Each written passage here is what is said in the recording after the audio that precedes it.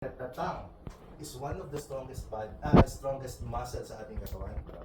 Dahil kapag yung dila na yan nagpahinga, mawawalan ka ng kakayanang huminga. That's the tongue. Makatang matindi pa niyan. Ang dila, kayang-kaya niyang magpaangat ng tao. Sabihin mo lang.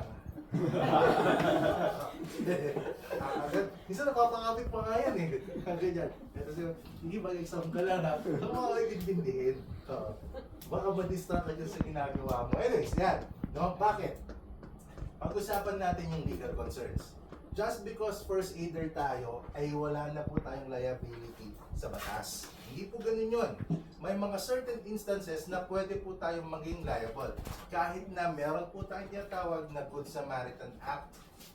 By the way, are you familiar with the Good Samaritan Act? Narinig ko na yun, pero hindi ko lubos maintindihan. Pero yung sa sa religion, di ba, binabanggit ang Good Samaritan.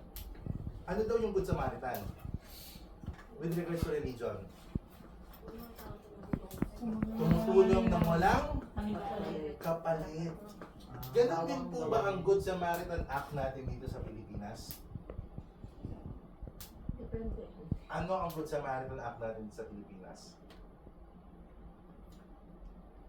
Yes, ang galing talaga. Diba? Oh, yan. Nag-iisip si Ma'am. Yan. Kaya mo ito, Ma'am. Ako nag-uusap kami. Magkakita na pa dito. Ay, tayo contact mo. Walang kapalit, pero depende.